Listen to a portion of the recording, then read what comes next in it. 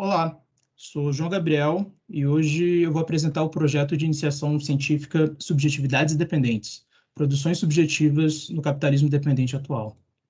O nosso projeto se insere na nossa linha de pesquisa à medida que buscamos fazer uma crítica dos diversos fundamentos que edificaram a psicologia ao longo do desenvolvimento desse campo. E a subjetividade no campo da psicologia tem tradicionalmente sido tratada a partir de uma perspectiva individualista, né? Tomando o indivíduo quanto isolado da sociedade e confundindo o indivíduo com a própria forma do cidadão burguês. Em oposição a isso, a gente toma a subjetividade em suas bases concretas, isso é, como resultado de múltiplas determinações em que a autoprodução de cada sujeito, ou seja, a autoprodução objetiva desses sujeitos, vai se constituir e cientificar subjetivamente, a partir do momento em que é a partir da nossa ação que a gente se engendra e internaliza as representações subjetivas. Então, a subjetividade aqui está feita, né, à particularidade histórica do nosso desenvolvimento, ou seja, a relação entre o singular e as tendências mais gerais de desenvolvimento. Então, para a gente superar esses limites tradicionais, né, da miopia da disciplinaridade da psicologia, a gente optou por fazer um resgate crítico do pensamento social brasileiro, ou seja, desses autores e autoras que buscaram investigar o que faz o Brasil ser Brasil. Então, resgatando essas contribuições, a gente buscou investigar os elementos que estão por trás da formação da subjetividade no Brasil no momento contemporâneo. Nosso método de análise foi o materialismo histórico dialético e nosso formato de interpretação, o ensaio interpretativo, dada a flexibilidade dessa forma de exposição e a abertura que ele dá para a gente pensar a subjetividade enquanto uma totalidade complexa, síntese de múltiplas determinações. E escolhemos enfocar, sobretudo, no pensamento social brasileiro de matriz socialista, segundo a tipologia que Ottaviani propôs, enfatizando as contribuições de Florestan Fernandes e de Rui Mauro Marini, que são os dois primeiros autores que aparecem nessas imagens da esquerda para a direita.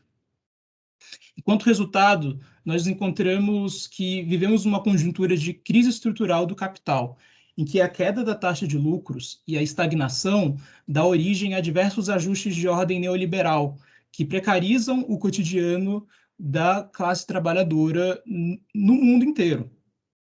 E autores como Dardot e Laval vão descrever o neoliberalismo enquanto uma racionalidade, né, que atua no sentido de estabelecer uma governança específica e moldar os sujeitos a uma ordem competitiva e uma subjetivação tipicamente empresarial. A gente optou aqui por tomar um caminho inverso e, de em vez disso, entender a formação da ordem competitiva no Brasil de acordo com a nossa formação histórica. E assim a gente encontrou que a violência tem um papel fundamental enquanto força produtiva nesse contexto. Florestan Fernandes, ao descrever a via brasileira da Revolução Burguesa, encontrou a autocracia burguesa enquanto a forma política de dominação e a apropriação dual enquanto um mecanismo econômico que vai dinamizar e que vai submeter a nossa classe trabalhadora a esses regimes de exploração típicos da nossa ordem. E Rui Mauro Marini vai aprofundar essa discussão sobre uma crítica da economia política da dependência e ver a superexploração da força de trabalho como um mecanismo para a produção e reprodução da nossa classe trabalhadora. Isso vai engendrar uma formação subjetiva muito específica, né? Já que vai partir de uma precarização objetiva e subjetiva, de modo a satisfazer as necessidades da acumulação e do ciclo do capital numa economia dependente, fazendo com que a nossa classe trabalhadora tenha sempre uma condição rebaixada em relação às classes trabalhadoras dos países centrais. Os acúmulos dessa pesquisa mostram a importância da gente ultrapassar uma descrição abstrata da racionalidade neoliberal e entender a nossa produção subjetiva a partir de uma via particular que expressa as características do nosso capitalismo dependente, que tem como características, por exemplo, a questão da superexploração da força de trabalho, o desemprego crônico e a violência enquanto força produtiva. Considerar que a atividade humana e a subjetividade é autoprodutora, nesse sentido, desautoriza qualquer leitura determinista, pois, se é a partir da nossa atividade que a gente se engendra enquanto sujeito, e se a nossa subjetividade ela revela o caráter contraditório dessa sociabilidade, é a partir também da nossa atividade que a gente tem as condições para negar essa ordem social. Portanto, uma psicologia com compromisso social tem como tarefa a investigação desses fatores objetivos, já que é a partir deles que se dá a transformação social. As referências em anexo. Agradeço a todos que ouviram até aqui.